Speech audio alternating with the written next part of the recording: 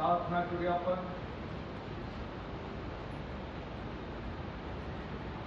हे सर्व समर्थ अनंत ईश्वरा, आम्ही प्रार्थना करण्यास उत्सुक असतो, त्यापेक्षा ऐकण्यास तो अधिक सिद्ध असतो आणि आमची अपेक्षा व योग्यता यापेक्षा तो अधिक देत असतो. तो आमच्यावर आपल्या दयेची विपुल दृष्टी कर. ज्या योग्य गोष्टींबद्दल आमच्या विवेक बुद्धीला भीती वाटते त्याबद्दल तो आम्हाला क्षमा कर आणि या चांगल्या गोष्टी केवळ तुझा पुत्र येशू ख्रिस्त आमचा प्रभू याचे पुण्य व मध्यस्थी याकडून आम्ही मागावयास पात्र आहोत, त्या तो आम्हाला कृपया दे अशी नम्रतेची प्रार्थना तुझं करतो. येशू ख्रिस्त आमचा प्रभू याच्याद्वारे. ज्यावेळेस आपण सर्वजण उभे असताना गीत क्रमांक 470 ख्रिस्तार्पणमस्तु अवघे ख्रिस्तार्पणमस्तु 470.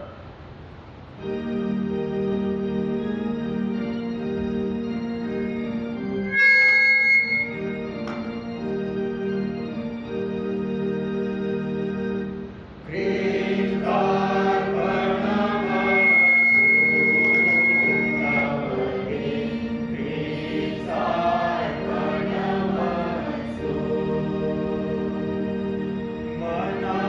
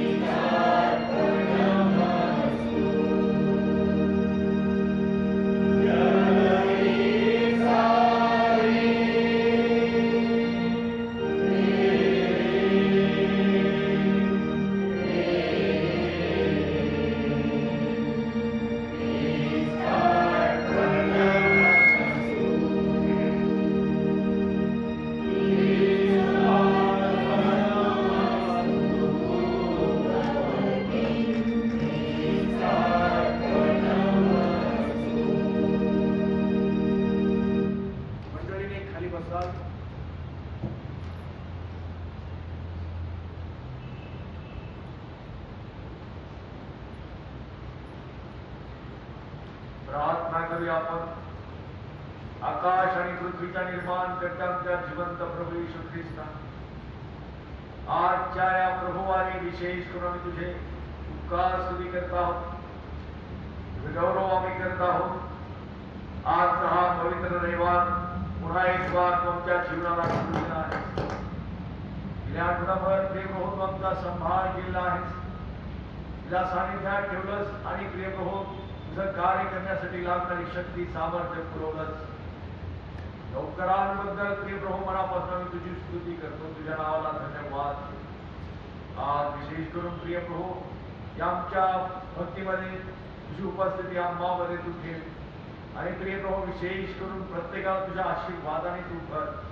तुझं सामर्थ्य आम्हामध्ये प्रगट व्हावं आणि प्रियप्रभू येणाऱ्या दिवसांमध्ये तुझं कार्य आमच्याकडून व्हावं, यासाठी विशेष करून तुझ्या पवित्र आत्म्याने आम्हाला परिपूर्ण कर, अशी नम्रतेची प्रार्थना आणि विनंती तुला करतो. येशू ख्रिस्त आमचा प्रभू याच्याद्वारे.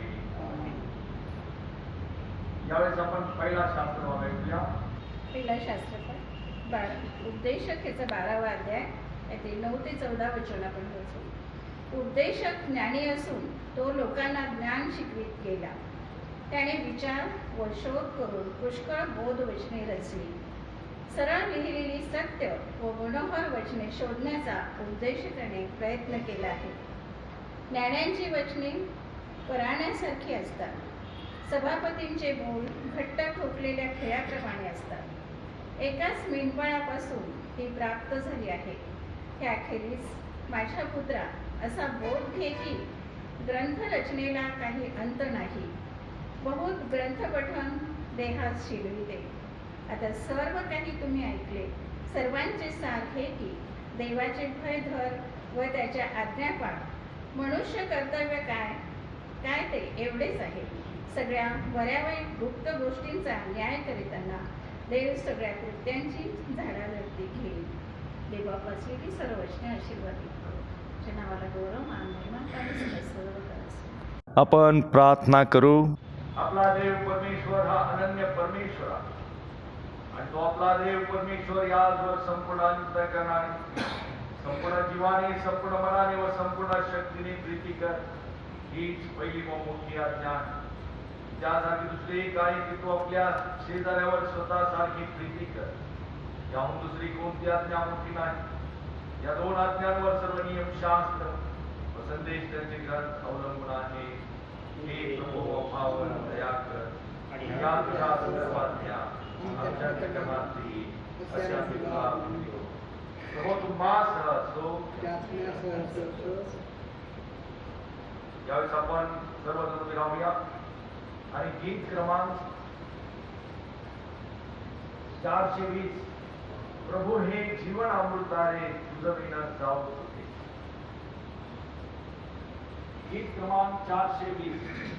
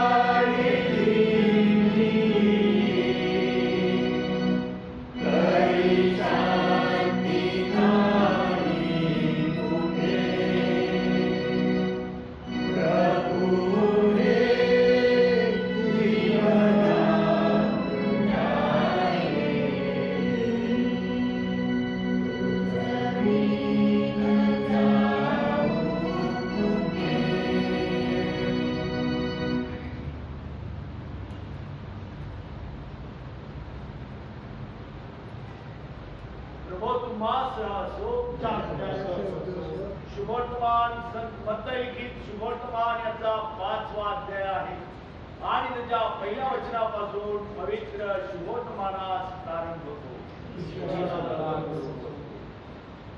तेव्हा त्या लोक समुदायांना पाहून तो डोंगरावर चढला व तो खाली बसल्यावर त्याचे शिष्य त्याच्या जवळ आले.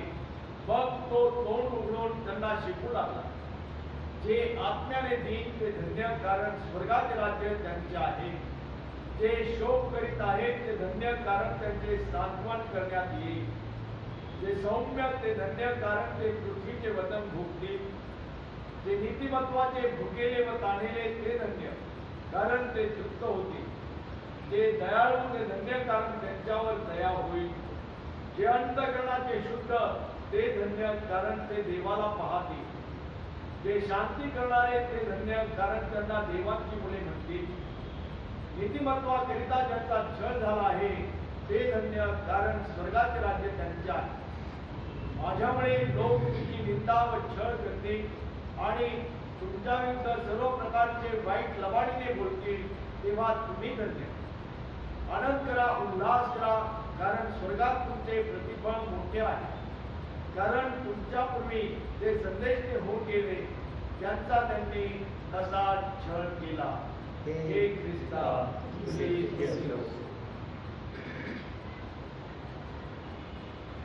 सर्व समर्थ एकच देव पिता, आकाश व पृथ्वी आणि सर्व दृश्य व अदृश्य वस्तू यांचा उत्पन्न करणारा, त्याविषयी विश्वास ठेवतो आणि एकच तो देवाचा एकुलता एक पुत्र, जो सर्व युगापूर्वी आपल्या पित्यापासून जनित झाला, देवापासून देव, प्रकाशापासून प्रकाश, खऱ्या देवापासून खरा देव, जो जनित आहे मृत नाही, जो पित्याच्या तत्वाचा आहे, ज्याच्याद्वारे मोठे झाले, जो माणसासाठी व आमच्या कारणासाठी स्वर्गातून उतरला आणि पवित्र आत्म्याच्या योगाने तुम्हाला घरी आधीपासून देवदारी होऊन मनुष्य झाला आणि भक्त्या विलासाच्या अधिकाराखाली आम्हासाठी त्याला खुशी दिली.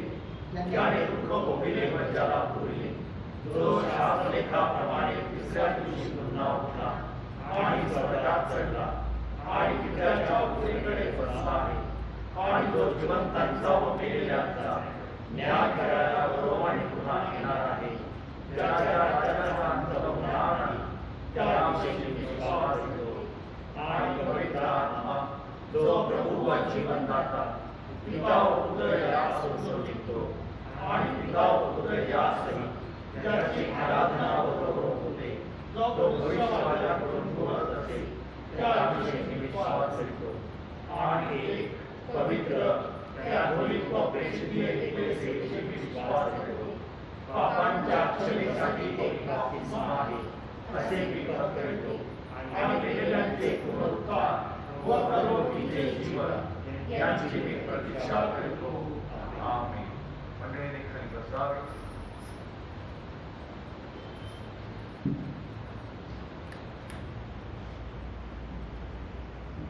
उषाताई साळवे, मुंबई यांचा मुलगा विल्यम यांनी लंडन येथे एक हॉटेल घेतलेलं आहे व्यवसायासाठी.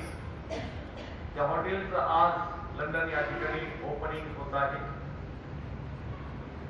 उषाताई साळवे या पूर्वीच्या सुशील साठे यांच्या धाकट्या बहिणी आहेत आणि त्यांचा हा मुलगा आहे.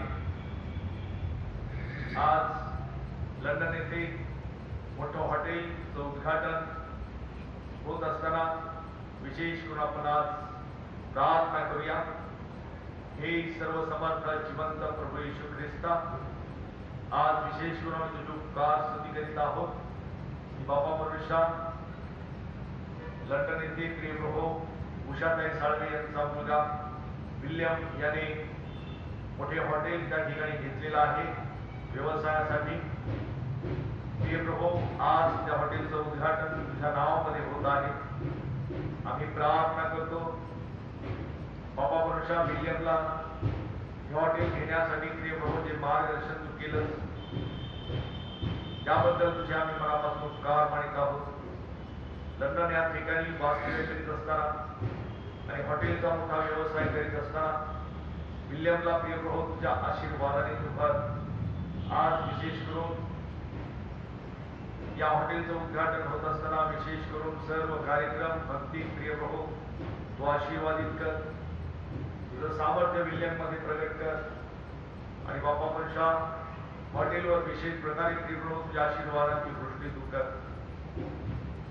परदेशामध्ये लंडन या ठिकाणी हा व्यवसाय करत असताना बापा मी प्रार्थना करतो या व्यवसायामध्ये विशेष करून बापांच्या रोजचा दिवस त्याचा तो आशीर्वादित कर, लागणाऱ्या शक्ती सामर्थ्य आरोग्य विल्यमला दे आणि विशेष करून या व्यवसायाच्या द्वारे प्रिय प्रभू तुझी सेवा तुझं गौरव होण्यासाठी विशेष प्रकारे प्रिय प्रभू विल्यम कडून बापा पंशा खरा ख्रिस्त गाजविला जावा असं कार्य प्रिय प्रभू त्याच्या बोलण्यातून वागण्यातून आणि व्यवसायातून होऊ दे अशी नम्रतेची प्रार्थना आणि विनंती तुला करता.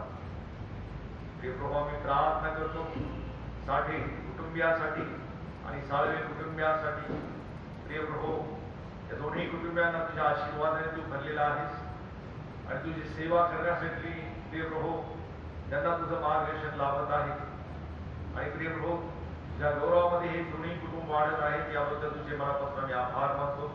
इथून पुढे बाबांच्या दोन्ही कुटुंबियांचा प्रिय प्रभू चालक मालक तू हो, मार्गदर्शक तू हो. इथून पुढेही त्या कुटुंबांना तू आशीर्वादाने भर आणि विशेष करून लंडन येथे प्रिय प्रभू विल्यम राहत आहे ज्याचं वास्तव्य इथून पुढेही तू आशीर्वादित कर अशी नम्रतेची प्रार्थना आणि विनंती तुला करतो. हे प्रभू तू आमची प्रार्थना आहे.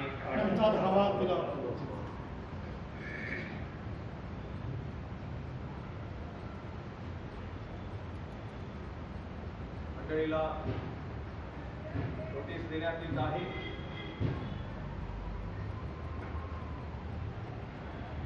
की जानेवारी महिन्यामध्ये नाशिक धर्म प्रांताचे महाअधिवेशन होणार आहे. त्यामध्ये विशेष करून आपल्या चर्चतर्फे सभासद त्या अधिवेशनाकरिता पाठवण्याचे आहे. त्यासाठी विशेष करून आपल्या प्रार्थनेमध्ये आपण आठवण ठेवावी. त्याचप्रमाणे धर्म प्रांतामध्ये ज्या कुटुंबांनी धर्मपट्टी भरली नसेल अशांनी आपली धर्मपट्टी आपल्या चर्चच्या खजिनदार मायाताई जाधव, त्याचप्रमाणे जेम्स पटेकर, लाजरस पवार आणि मी प्रेस इन्चार्ज यांच्याकडे आपली धर्मपट्टी आपण जमा करावी ही आपणास विनंती करण्यात येतात. आज विशेष या पवित्र दिवशी रविवारी आपल्या चर्चचे रेव्हरंड डीकन सतीश तोरणे हे आपणामध्ये उपस्थित आहेत आणि मी त्यांना विनंती करतो की त्यांनी प्रभूच्या वचनातून आम्हासाठी संदेश द्यावा. सतीश तोरणे.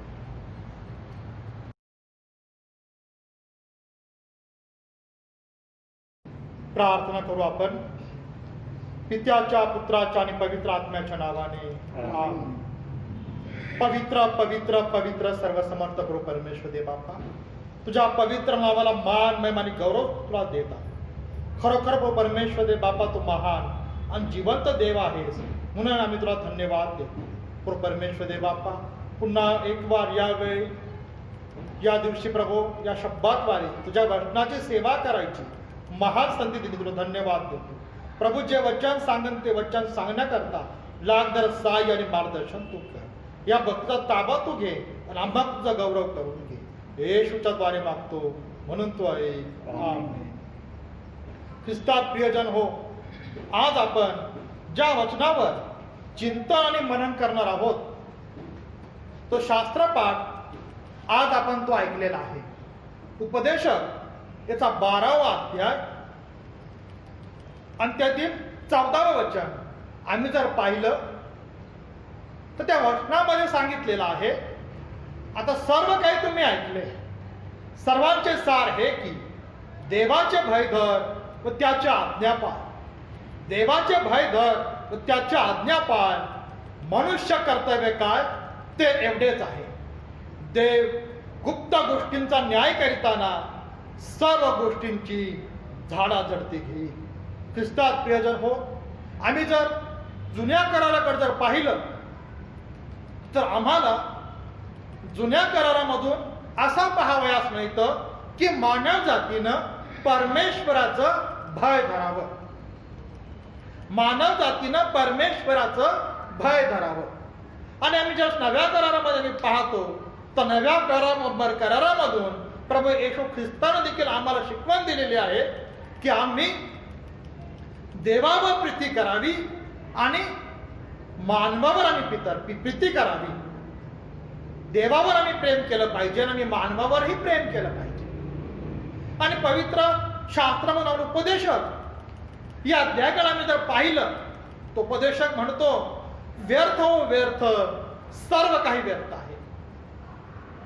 या पृथ्वीवर आम्ही जर पाहिलं तर जो काही डामडोल आहे, जे काही या पृथ्वीवर चाललेला आहे, ज्या काही घटना घडत आहे, जो अनुक्रम परमेश्वर देवाने या पृथ्वी तलावर मानवजातीसाठी लावून दिलेला आहे, या सर्व गोष्टींकडे आम्ही जर बारकाईने पाहिलं तर उपदेशकाने सांगितलेलं आहे या गोष्टीला काहीही अर्थ नाहीये. आणि म्हणून तो म्हणतो की मानवाचं कर्तव्य काय आहे आणि मानवी जीवनाचं सार काय आहे.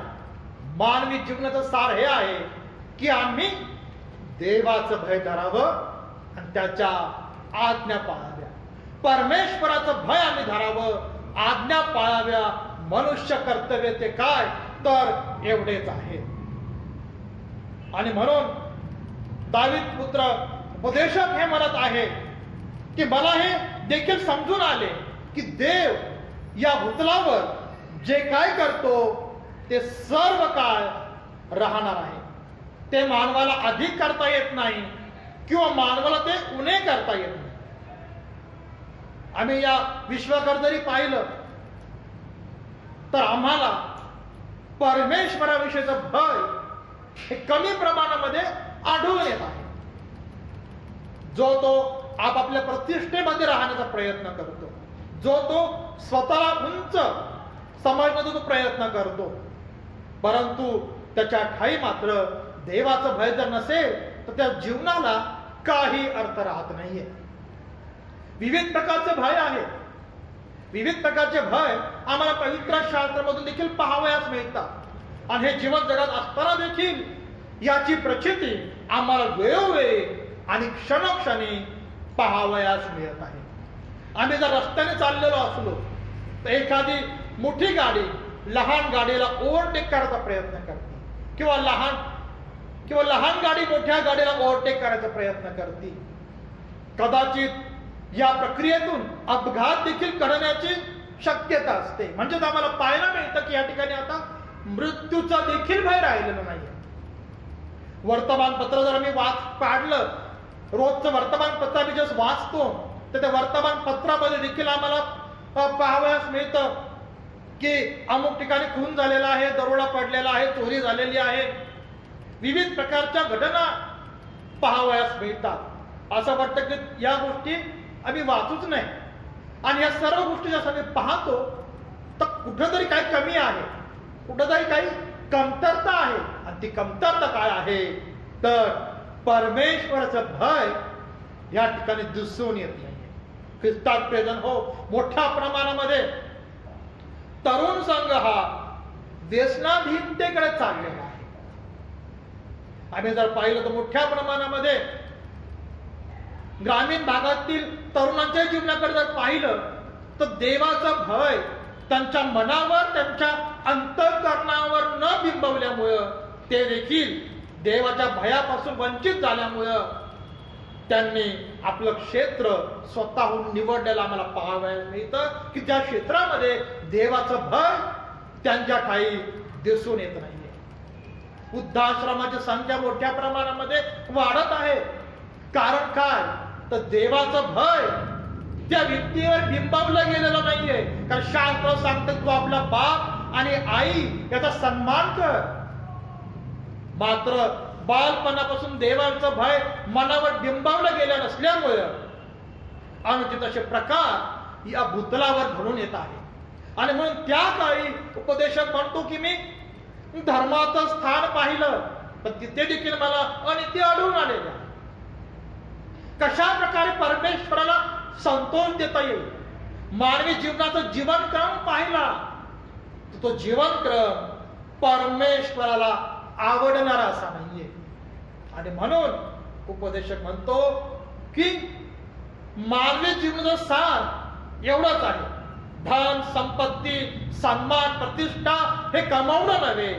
मानवी जीवनाचं सार एवढंच आहे का मी त्या जिवंत देवाचं भय धरावं. आणि म्हणून परमेश्वर देवानं मनुष्याने त्याचं भय धरावं म्हणून देवानं योग्य असा क्रम या भूतलावरील मानव जाती करता त्याने लावून दिलेला आहे.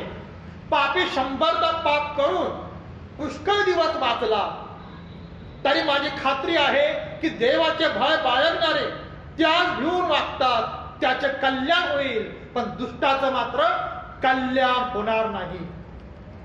त्याचे आयुष्य दीर्घरूप असणार नाही, कारण तो देवाला भिवून वागत नाही. उपदेशक 8 आणि 14 या वचनामध्ये आम्हाला पाहूयास मिळतं.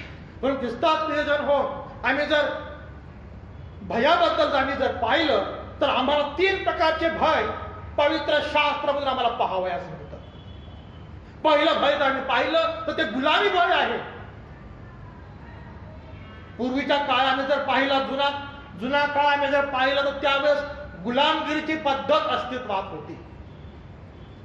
एखादं राज्य दुसऱ्या राज्यावर आक्रमण करायचं आणि त्या ठिकाणी जे धष्टपुष्ट तरुण आहेत, जे धष्टपुष्ट माणसं तिथं आहेत, तर अशामध्ये गुलाम म्हणून आपल्या राज्यामध्ये ते घेऊन येत आणि त्यांच्याकडून काबड कष्टाची कामे करून घेत. आणि या गुलामांना आपल्या मालकाचा धाक असत. आणि जर अमेरिका या राष्ट्राकडे जरी पाहिलं, उत्तर अमेरिका दक्षिण अमेरिका यांच्यामध्ये देखील त्या काळामध्ये वंशभेद मोठ्या प्रमाणामध्ये होता, गुलामगिरी पद्धत मोठ्या प्रमाणामध्ये होती. आणि याकरता अब्राहम लिंकननं मोठं कार्य त्या ठिकाणी केलेलं आहे. गुलामगिरीची प्रथा त्यानं नष्ट केली आणि काळा आणि गोरा हा भेद देखील त्यानं त्या ठिकाणी नष्ट असा करायचा त्याने प्रयत्न केला.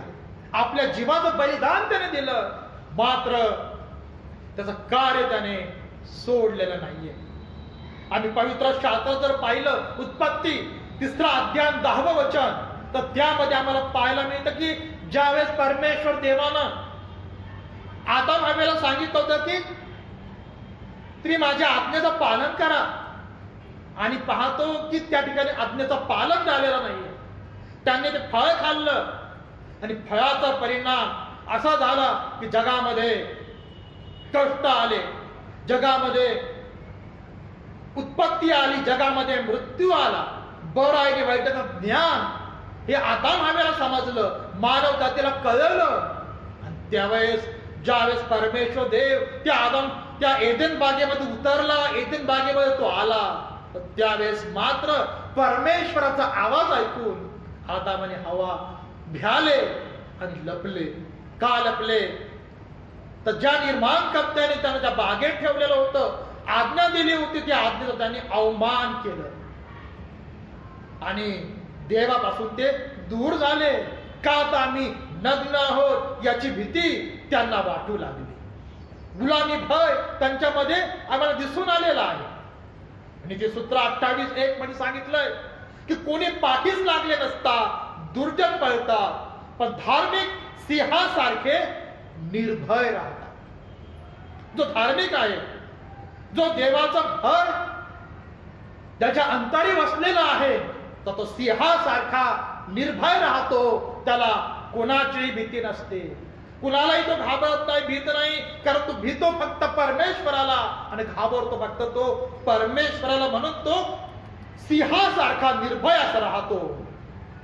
अनुवाद 28:28 मध्ये सांगितलंय की परमेश्वर तुला, जो परमेश्वराचा भय धरत नाही, जो त्याच्या मार्गाने चालत नाही, ताचा विषय परमेश्वर म्हणतो की मी तुला मिस्र देशातील गळवे, मूळव्याध, चाळी, खरूज यांची अशी पीडा लावील की तू बरा होणारच नाही. तू बरा होणार नाही. कारण परमेश्वर देव हा मानव जातीला वेगवेगळ्या प्रकारे सुधारण्याची संधी देतो की तो माझं भय त्या अंतःकरणामध्ये बसवी, मला भिवून आता तरी तो वागेल. याकरता तो विविध प्रकारच्या शिक्षा देखील मानवाला देतो की त्यातून त्याने सुधारावं आणि त्या जिवंत देवाकडं, त्या जिवंत परमेश्वराकडं त्याने वळावं.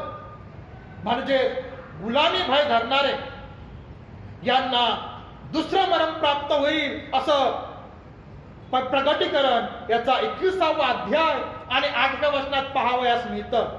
परंतु भेकड, विश्वास न ठेवणारे, अमंगल, खून करणारे, जारकर्मी, चेटकी, मूर्तिपूजक व सर्व लबाड माणसे यांच्या वाट्यास अग्नीचे व गंधकाचे सरोवर येईल. हेच ते दुसरे मरण आहे, दुसरे मरण आहे. आणि मग ख्रिस्तात वेदन हो, देवाविषयीचं भय आम्ही बाळगणं अत्यंत गरजेचं असं आहे. दुसरा भय आम्ही जर पाहिलं तर ते म्हणजे मनुष्याचं भय, मनुष्याविषयीचं भय. आणि मनुष्याविषयीचं भय पवित्र शास्त्र आम्हाला सांगतं की हे भय मनुष्याबद्दलचं आदरयुक्त भय असलं पाहिजे, आदरयुक्त भय असलं पाहिजे. आपल्या लेकराने आपल्या आईचा आणि बापाचा सन्मान केला पाहिजे, त्यांना मान त्यांनी दिला पाहिजे. त्याच्यातून हे आदरयुक्त भय आम्हाला दिसून येतं. पहिले आम्ही जर पाहिलं तर पहिले पेत्र 2 अध्याय 18 वचनात तर असं सांगितलेलं आहे की घरच्या चाकरांनो तुम्ही पूर्ण भयाने आपल्या धन्यांच्या अधीन असा, जे चांगले व जे सौम्य त्यांच्याच केवळ नव्हे तर जे कठोर त्यांच्याही तुम्ही अधीन असा. अधीन असं म्हणजे मनुष्याचं भय म्हणजे देवाचे वचन आहे की तुम्ही त्यांना सन्मान द्या. आम्ही पिकलेल्या केसांना म्हणजे जे ज्येष्ठ आहेत, जे वयोवृद्ध आहेत, तर यांना आम्ही सन्मान दिला पाहिजे. पुष्कळदा असं होतं की जे ज्येष्ठ आहेत, जे वयोवृद्ध आहेत, जे सन्मानास पात्र आहेत, परंतु त्यांना मात्र सन्मान दिला जात नाही. ही खेदाची अशी गोष्ट आहे आणि ही गोष्ट देवाला न आवडणारी अशी आहे. आणि म्हणून देवाचं वचन सांगतं की आम्ही त्यांचा सन्मान केला पाहिजे, आम्ही त्यांचा आदर केला पाहिजे. आणि म्हणून संत पौल रोमकरास पत्र 13वा अध्याय आणि 7व्या वचनात सांगत आहे, ज्याला देवायाचे ते त्याला द्या, ज्याला कर देवायाचा त्याला तो द्या, ज्याला जकात देवायाची त्याला द्या, ज्याचा धाक धरावयाचा त्याचा धाक धरा, ज्याचा सन्मान करावयाचा त्याचा सन्मान करा. कारण या सर्व गोष्टी परमेश्वर देव सर्व काही पाहत आहे. तो सर्व काही पाहत आहे आणि ज्याच्या त्याच्या कृत्यांप्रमाणे तो प्रत्येकाला प्रतिफळ असं देत आहे, प्रतिफळ असं देत आहे. म्हणून यशया संदेशाचा ग्रंथ याचा 8वा अध्याय 11, 12 आणि 13 ही वचनं जर पाहिली तर त्यात आम्हाला पाहाव्यास मिळतं. यशया संदेशाचा ग्रंथ याचा 8वा अध्याय 11, 12, 13 परमेश्वराने मला आपल्या हाताने बळकट धरून असे बजावून सांगितले की या लोकांच्या मार्गाने जाऊ नको. तो म्हणाला, हे लोक ज्याला बंड म्हणतात त्या सर्वांना बंड बंड म्हणू दे, ज्याला ते भितात त्याला भिवू नका, घाबरू नका. तर सेनाधीश परमेश्वरालाच पवित्र माना, त्याचेच भय धरा व त्याचाच धाक धरा. भयास पात्र आणि धाकास योग्य असा आमचा जिवंत देव आहे, आमचा सर्व समर्थ परमेश्वर आहे, आमचा प्रभू येशू ख्रिस्त आहे. आम्ही त्याचा भय धरणं गरजेचं आहे, आम्ही त्याचा धाक धरणं गरजेचं आहे आणि आम्ही त्याच्या आज्ञा पाळणं हे गरजेचं आहे. म्हणून सेनाधीश परमेश्वराला पवित्र आम्ही मानलं पाहिजे, तसाच आम्ही धाक धरला पाहिजे. देवाविषयीचे ज्ञान, तुझे भय हा तुझा भरोसा, तुझ्या आचरणाची सात्विकता हीच तुझी आशा नव्हे काय, हीच तुझी आशा नव्हे काय. आणि परमेश्वर देवाला या प्रकारचं भय अत्यंत प्रिय असं आहे की ज्या भयामध्ये आदर आहे, ज्या भयामध्ये सन्मान आहे. मात्र गुलामी भय परमेश्वर देवापाला कधीही मान्य असं होणार नाही. आणि तिसरं भयाने जर पाहिलं तर ते भय म्हणजे पवित्र भय आहे. पवित्र भय हे भय विश्वासणाऱ्याला जिवंत देवाची ज्यावेळेस ओळख होती की परमेश्वर आहे आणि तो परमेश्वर मला पाहत आहे. मी जे काय कृत्य करतो माझ्या ओठाच्या द्वारे, माझ्या बोलण्याच्या द्वारे, माझ्या हातांच्या द्वारे, माझ्या पायांच्या द्वारे, माझ्या डोळ्यांच्या द्वारे हे सर्व काही कृत्य माझा परमेश्वर पाहतो. त्यावेळेस त्याच्या मनामध्ये परमेश्वराविषयीचं भय निर्माण होतो. जुन्या करारामध्ये आम्ही जर पाहिलं तर जुन्या करारामध्ये नियमशास्त्र म्हणजेच देवाविषयीचं भय बाळग याचं समीकरण आम्हाला त्यामध्ये केलेलं पाहावयास मिळत आहे. आणि म्हणून इर्मया 2 आणि 19 अध्याय सांगितलेला आहे, तुझी दुष्टता तुला शिक्षा करील. तर हे समजून घेऊन ध्यानात आण की परमेश्वर तो तुझा देव, त्याला तू सोडले आहे आणि तुला माझा धाक नाही वाटत नाही. हे अनिष्टकारक व क्लेशदायक आहे असे सेनाधीश परमेश्वर म्हणतो. की तू जिवंत देवाला विसरलास, तू जिवंत देवापासून दूर झालेला आहेस. आणि परमेश्वर म्हणतो की या गोष्टीचा तुला धाक वाटत नाही का, तुला भीती वाटत नाही का की ज्या निर्माणकर्त्याने तुला बनवलेला आहे आणि त्यालाच तू सोडलेला आहेस. म्हणून इर्मया 32 आणि 40 मध्ये असं म्हटलेलं आहे की मी त्याच्याशी सर्व काळाचा करार करीन, तो असा की त्यांचे हित करण्यापासून माघार घेणार नाही. मी आपले भय त्यांच्या मनात उत्पन्न करील, म्हणजे ते मजपासून माघार घेणार नाही. ते मजपासून माघार घेणार नाही. म्हणून नव्या करारामध्ये प्रारंभीच्या ख्रिस्त मंडळीविषयी ती प्रभूच्या भयात वाढत गेली असे शब्द प्रयोग आम्हाला नव्या करारामधून पाहाव्यास मिळते की ही देवाच्या भयामध्ये वाढलेली आहे. ही मंडळी देवाच्या भयात प्रीतीत आणि देवाच्या ज्ञानात ती वाढत गेलेली आहे. अशा प्रकारचे शब्द प्रयोग आम्हाला नव्या करारामध्ये पत्रांमधून आणि प्रेषितांच्या कृत्यामधून पाहाव्यास मिळत आहे. जे देवाचं भय धरतात तर परमेश्वर देवाचा संदेश त्यांना प्राप्त होतो. आणि म्हणून आम्ही जर पवित्र शास्त्रामध्ये प्रेषितांची कृत्ये 10वा अध्याय आणि 2ऱ्या वचनात जर पाहिलं तर त्यामध्ये आम्हाला कर्नेल्याबद्दल पाहायला मिळतं की तो नीतिमान व आपल्या घराण्यातील सर्वांसह देवाचे भय बाळगणारा, लोकांस फार दान धर्म करणारा व देवाची नित्य प्रार्थना करणारा असावा. या कर्नेल्याच्या ठाई परमेश्वराचं भय होतं. म्हणून ते भय त्याने स्वतःपुरतच मर्यादित नाही ठेवलं, तर ते भय त्याने आपल्या कुटुंबाला देखील त्यांच्या मनावर बिंबवलं. त्याचे लेकरं, त्याचे बाळे, घरातील सर्व प्रियजन या सर्वांच्या अंतःकरणावर त्यानं देवाचं भय धरलं. आणि म्हणून पवित्र शास्त्रामध्ये त्याला नीतिमान असं म्हटलेलं आहे. तो नीतिमान होता व आपल्या घराण्यातील सर्वांसह देवाचं भय बाळगणारा असा तो होता. सर्वांसह देवाचं भय बाळगणारा होता, नित्य प्रार्थना करणारा होता आणि दान धर्म करणारा होता. या विषयाचा उल्लेख आम्हाला प्रेषितांचे कृत्य 10वा अध्याय आणि 2ऱ्या वचनात पाहावयास मिळतं. आणि प्रेषितांचे कृत्य 10 आणि 33 आम्ही जर पाहिलं तर त्यात सांगितलेलं आहे की म्हणून मी आपणाकडे माणसाला तत्काळ पाठवले. कर्नेल म्हणतो पेत्राला की ज्यावेळेस मला समजलं की तुम्ही देवाचा संदेश सांगण्यासाठी येत आहात त्यावेळेस मला अतिशय आनंद झाला. आणि म्हणून पेत्राला म्हणतो की मी आपणाकडे माणसाला तात्काळ पाठवले आणि आपण आला हे बरं केलं. तर आता प्रभू जे काही आपल्याला आज्ञा दिले ते ऐकावे म्हणून आम्ही सर्वजण येथे देवासमोर हजर आहोत. देवाचा संदेश काय आहे, देवाचं वचन काय आहे आणि देव त्याच्या लोकांसाठी आज काय संदेश देणार आहे या विषयीची उत्सुकता या कर्नेल्याला लागलेली होती.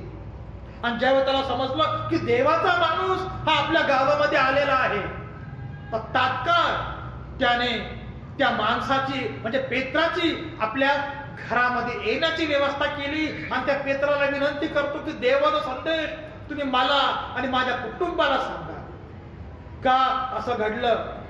तो म्हणतो की देवासमोर आम्ही सर्व इथे हजर आहोत. का असं घडलं? तर त्या कर्मेलाच्या ठाई आम्हाला देवाचं भय पाहावयास मिळतं. कारण विश्वासधाऱ्यांना देवाचं भय स्वतःला शुद्ध करण्यास प्रवृत्त करतं. आम्ही मलिन आहोत. आमचा अंतकरण शुद्ध नाहीये. आम्ही वाईट संगतीमध्ये आम्ही आहोत. आम्हाला वाईट गोष्टी आवडतात. परंतु ज्यावेळेस आम्ही परमेश्वर सानिध्यामध्ये येतो तर देवाचं भय आम्हाला सर्व प्रकारच्या वाईटापासून शुद्ध करतं, आम्हाला पवित्र करतं, आम्हाला निर्दोष असं करतं. ख्रिस्ताच्या रक्तानं तो आम्हाला धुवून काढतो. आणि त्याचे नेत्र आम्हाकडे लागलेले असतात, त्याचे नेत्र नीतिमानांकडे लागलेलं असतं. म्हणून देवाचं भय स्वतःला शुद्ध करण्यास प्रवृत्त करतं. आणि ज्यावेळेस आम्ही शुद्ध होतो म्हणजे आम्ही पश्चाताप करतो, लीन होतो, नम्र होतो, तर परमेश्वर आम्हाला त्याच्या आशीर्वादाने भरल्याशिवाय राहत नाही. म्हणून 2 Corinthians 7:1 मध्ये सांगितलंय, देवाचे भय बाळगून पावित्र्याला आता आपण पूर्णता आणूया. जर आमच्या जीवनाला पावित्र्य नसेल तर देवाचं भय आम्ही बाळगलं पाहिजे आणि आमच्या जीवनाला आम्ही पावित्र्याला आम्ही पूर्णता आणूया. ख्रिस्तात प्रियजन हो, आज आमच्या मंडळीमध्ये आमच्या मंडळीच्या पावित्र्याला आम्हाला पूर्णता आणायची आहे. आमच्या तरुणांच्या पावित्र्याला आम्हाला पूर्णता आणायची आहे. आमच्या स्वतःच्या पावित्र्याला आम्हाला पूर्णता आणायची आहे. आणि केव्हा होईल तर देवाचं भय आमच्या ठाई बसेल, त्यावेळेस या गोष्टी घडून येतील. ख्रिस्तात प्रियजन हो, आमच्या समोर देखील प्रश्न पडतो कधी कधी की आम्ही देवाचं भय का धरावं, आम्ही त्याच्या आज्ञा का पाळाव्या, आणि देवाचं भय धरल्यानं कोणत्या प्रकारचा आशीर्वाद आम्हाला प्राप्त होईल. ख्रिस्तात प्रियजन हो, देवाच्या भयामध्ये फार मोठी शक्ती आहे, सामर्थ्य आहे. देवाचं भय आम्हाला शुद्ध करतच. परंतु देवाचं भय ज्यावेळेस आम्ही धरतो तर नीतिसूत्र 14वा अध्याय आणि 26वा वचन आम्ही पाहतो, त्या सांगितलेलं आहे, परमेश्वराचं भय धरल्याने श्रद्धा दृढ होते आणि ज्यांच्या काही श्रद्धा आहे ती त्यांच्या मुलास आश्रयाचं स्थान होतं. किती सुंदरचं वचन आहे की परमेश्वराचं भय आम्ही धरतो, त्याचा परिणाम देवाविषयी असलेलं प्रेम, देवाविषयी असलेली आमची श्रद्धा आमच्या मनात दृढ होते. आणि कोणतीही शक्ती असेल, वाईट शक्ती असेल, ती शक्ती आम्हाला देवाच्या भयापासून परावृत्त करू शकत नाही, आम्हाला देवाच्या भयापासून दूर कधीच नेऊ शकत नाही. कारण परमेश्वराचं भय धरल्यानं आमची श्रद्धा आणि आमचा विश्वास देवाविषयीचा दृढ झालेला असतो.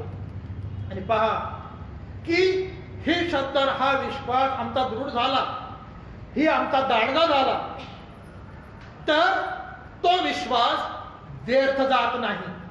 तो विश्वास व्यर्थ जात नाही, तर तो विश्वास, ती श्रद्धा येणाऱ्या पिढीसाठी, येणाऱ्या कुटुंबातील सदस्यांसाठी एक आश्रयाचं स्थान होऊन येतं. देवाचं भय धरल्यानं आश्रयाचं स्थान आम्हाला प्राप्त होतं.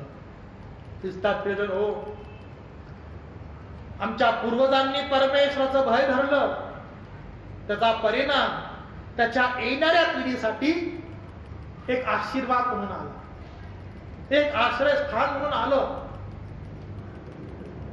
ख्रिस्तात प्रियजन हो, ज्यावेळेस आम्ही ग्रामीण भागामध्ये जातो तर आम्हाला असं पाहावयास मिळतं, एका ठिकाणी गेलो तर त्या व्यक्तीने घराला नाव दिलेलं होतं आई वडिलांची कृपा. आणि सहज त्या वयोवृद्ध व्यक्तीला विचारलं की बाबा, तुम्ही या घराला हे नाव दिलेलं आहे आई वडिलांची कृपा, हे द्यायचं कारण काय आहे? तर त्याने मला सांगितलं की आमच्या आई वडिलांची पुण्याई आज आमच्या कामाला आली, त्याच्याद्वारे आम्हाला शेती बाडी घर आम्हाला मिळालेलं आहे. ख्रिस्तात प्रियजन हो, ज्यावेळेस ती व्यक्तीने सांगितलं त्यावेळेस माझं लक्ष नीतिसूत्र 14:26 वचनाकडे गेलं की परमेश्वराचं भय धरल्यामुळं ते भय येणाऱ्या पिढीसाठी आश्रयाचं स्थान झालेलं आहे. ते आश्रयाचं स्थान त्या कुटुंबाला प्राप्त झालेलं होतं. म्हणून देवाचं भय आम्ही बाळगलं पाहिजे. दुसरं उदाहरण आम्ही जर पाहिलं, नीतिसूत्र 14:27 मध्ये सांगितलेलं आहे की परमेश्वराचं भय जीवनाचा झरा होय आणि ते मृत्यू पास चुकवतं. परमेश्वराचं भय हे जीवनाचा झरा होय आणि ते मृत्यू पास चुकवतं. ख्रिस्तात प्रियजन हो, एकदा कोल्हार या मंडळीमध्ये संधी मला मिळाली होती. त्यावेळेस आपले नीतिसूरने पायल साहेब त्या ठिकाणी क्रिस्टीन चार्ज होते आणि त्या ठिकाणी संधी द्यायला मी गेलो आणि त्यावेळेस एक कुटुंबांचं साक्ष सांगितली की नवीन वर्षाचा दिवस होता आणि या आनंदात आम्ही 4 व्हीलर गाडी घेतली. आम्हाला खूप आनंद झाला. नवीन वर्षाचा दिवस होता आणि चर्चची भक्ती संपली, प्रार्थना संपली आणि त्या गाडीमध्ये बसून आमच्या कुटुंबाने ठरवलं की लांबचा प्रवास आपण करू. आणि प्रवासाला तेव्हा आम्ही बराच लांब अंतरावर आम्ही गेलो आणि आमच्या गाडीचा अपघात झाला. अपघात पाहणार असं वाटलं की या गाडीमध्ये जे बसलेले अशातला कोणीही जिवंत राहिलेला नसेल. अक्षरशः गाडीत काही पार्ट कट करून त्या व्यक्तींना बाहेर काढण्यात आलं. तर असं दिसून आलं की संपूर्ण कुटुंब त्या गाडीमध्ये सही सलामत. परमेश्वर देवानं मोठा अपघात त्या ठिकाणी झाला, पण त्या अपघातातून त्या पूर्ण कुटुंबाला वाचवलेलं होतं, सांभाळलेलं होतं. आणि त्या कुटुंबानं साक्ष दिली की तुझ्या पायाला डोंड्याचे ठेच लागू नये म्हणजे तुला आपल्या हातांवर जलून जातील. स्तोत्र 91 मध्ये वचन आहे. ख्रिस्तात प्रियजन हो, याची अनुभूती त्यांना आली. त्यावेळेस नीतिसूत्र 14:27 हे वचन माझ्या डोळ्यासमोर आलं की परमेश्वराचं भय हा जीवनाचा झरा आहे. ते मृत्यू पास चुकवतं. त्या कुटुंबावर मृत्यू पास ओढवला, संकट ओढवलं, सैतानानं जाळं टाकलं. त्या कुटुंबाला मी गिळंकृत करीन. हे देवाचं कुटुंब आहे. पण ख्रिस्तात प्रियजन हो, त्या देवाच्या भयानं येणारा मृत्यू पास त्या कुटुंबाला चुकावलेला आहे. ख्रिस्तात प्रियजन हो, तिसरं उदाहरण आम्ही जर पाहिलं, वचन आम्ही जर पाहिलं तर परमेश्वराचं भय हे शुद्धतेचं शिक्षण आहे. आधी नम्रता आणि मगच मान्यता. ज्या कुटुंबाच्या ठाई देवाचं भय आहे, जे कुटुंब परमेश्वराला भिवून मागतात, त्या ठाई आम्हाला नम्रता पाहायला मिळते. त्या ठाई आम्हाला आदर पाहायला मिळतं. त्या ठिकाणी आम्हाला देवाच्या सेवकाचा सन्मान आम्हाला पाहावयास मिळतं. पण ज्या कुटुंबाला ठाईचं देवाचं भय नाही, त्याच्या विरुद्ध गोष्टी आम्हाला पाहावयास मिळतात. चौथं वचन आम्ही जर पाहिलं, नीतिसूत्र 19:23 यात सांगितलेलं आहे की परमेश्वराचं भय जीवन प्राप्तीचा मार्ग आहे. जो ते धरतो तो सुखाने नांदतो आणि त्याचं वाईट कदापि परमेश्वर होऊ देत नाही. समाजातील काही विकृत्या अशा असतात की समोरच्या व्यक्तीचं वाईट कसं होईल याकडे टपून बसलेले असतात आणि मग ते म्हणतात की या मनुष्याला आम्ही एवढा वाईट करायचा प्रयत्न केला, परंतु या व्यक्तीचा वाईट का होत नाहीये. आम्ही एवढे प्रयत्न करतो पण ते व्यक्ती सुखाने नांदत आहे. ख्रिस्तात प्रियजन हो, परमेश्वराचं भय दुष्ट योजनापासून त्यांचं रक्षण करतं. सर्व दुष्टांच्या घाल्यापासून रक्षण करतो. त्याला जीवन प्राप्तीचा मार्ग प्राप्त होतो. तो सुखाने नांदतो आणि देव त्याचा वाईट करू देत नाही. आणि शेवटचं मध्ये आम्ही जर पाहिलं तर स्तोत्र 145:19 मध्ये सांगितलेलं आहे, तो आपले भय धरणाऱ्यांची इच्छा पुरवतो. तो आपले भय धरणाऱ्यांची इच्छा पुरवतो. ख्रिस्तात प्रियजन हो, अनेक मंडळीचे सदस्य साक्ष देतात, देवाची उपकार स्तुती करतात की परमेश्वराच्या जवळ आम्ही वरदान मागितलं, आम्ही आमची इच्छा मागितल्या आणि परमेश्वरानं त्या पूर्ण केलेल्या आहेत. परमेश्वरानं त्या पूर्ण केलेल्या आहेत. का असं होतं? कारण त्या कुटुंबाच्या ठाई परमेश्वराचं भय असतं. म्हणून त्या कुटुंबाला काय लागतं? या सर्व गोष्टी परमेश्वर देव दिल्याशिवाय राहत नाही. म्हणून स्तोत्र 34 मध्ये म्हटलेलं आहे, परमेश्वराचे पवित्र जन हो, त्याचे भय धरा, कारण त्याचे भय धरणाऱ्यांना काही उणे पडत नाही. जसा बाप आपल्या मुलावर ममता करतो, तसा परमेश्वर आपले भय धरणाऱ्यांवर ममता करतो. परंतु परमेश्वराची दया त्याच्या भय करणाऱ्यांवर युगानुयुग असते आणि त्याच्या न्यायीपणाचा अनुभव त्याच्या पुत्र पौत्रांना आल्याशिवाय राहू देत नाही. आज आम्हा सर्वांना त्या न्यायीपणाचा अनुभव परमेश्वर देव आपण येऊ दिलेला आहे. त्या परमेश्वराचा आपण गौरव करूया, त्याला आपण धन्यवाद देऊया, त्याची उपकार स्तुती करूया. आपण प्रार्थना करू. पवित्र पवित्र पवित्र सर्वसमर्थ परमेश्वर देवापा, तुझं वचन आम्हाला सांगतं की मानवी जीवनाचा सार काय आहे, तर आम्ही देवाचा भय धरावं आणि त्याच्या आज्ञा पाळाव्या. मनुष्य कर्तव्य काय ते एवढंच आहे. बाबा पवित्र देवा, हे आम्ही मानवी कर्तव्य पार पडत असताना तुझं भय आमच्या अंतरी बसून दे. तुला आवडणाऱ्या गोष्टी प्रभू परमेश्वरा आमच्या जीवनाद्वारे प्राप्त होऊन दे. आमच्या भयाद्वारे प्राप्त होणारे महान आणि मोठे आशीर्वाद प्रभू परमेश्वर दे बाप्पा आम्हाला आणि आमच्या मंडळीला प्राप्त होऊन दे. यासाठी प्रभू आम्ही प्रार्थना करत आहोत. तर दयेबद्दल, त्या कृपेबद्दल आणि तू देव केलेल्या आशीर्वादाबद्दल प्रभू आम्ही तुला धन्यवाद देतो. त्या संदेशाच्या द्वारे प्रभू परमेश्वरा तुम्हाला आशीर्वादित केलं. चुकांच्या आपण क्षमा तू दयेने कृपेने कर. आपण परमेश्वर इथून पुढे सर्व वेळ समय तुझा स्वाधीन करतो. येशूच्या द्वारे मागतो म्हणून पडले.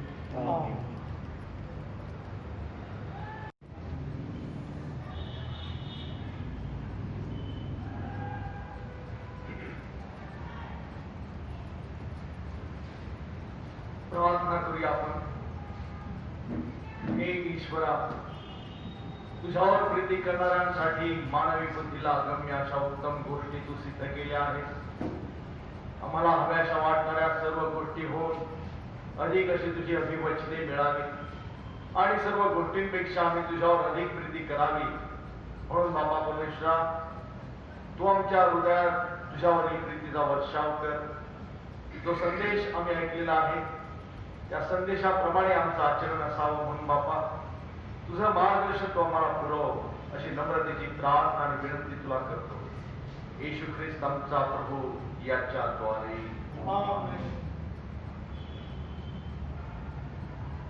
यावेळेस आपण सर्वजण उभे राहूया आणि गीत क्रमांक 562 तू बोलाविले सेवा कराय प्रभू आलो आनंद 562.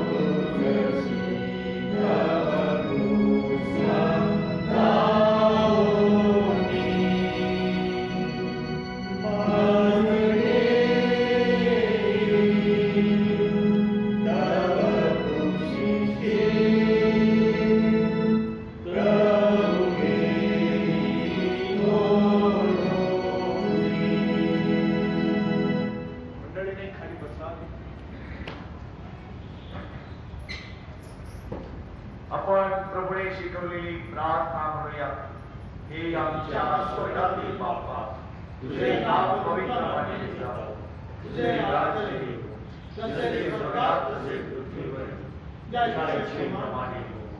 आमची रोजची मागणारा मागणी आणि जशी आम्ही आमच्या अपराधांची क्षमा करतो, तशी तू आमच्या अपराधांची क्षमा कर. आणि आम्हास परीक्षेत टाकू नको, तर आम्हास वाईटापासून सोड.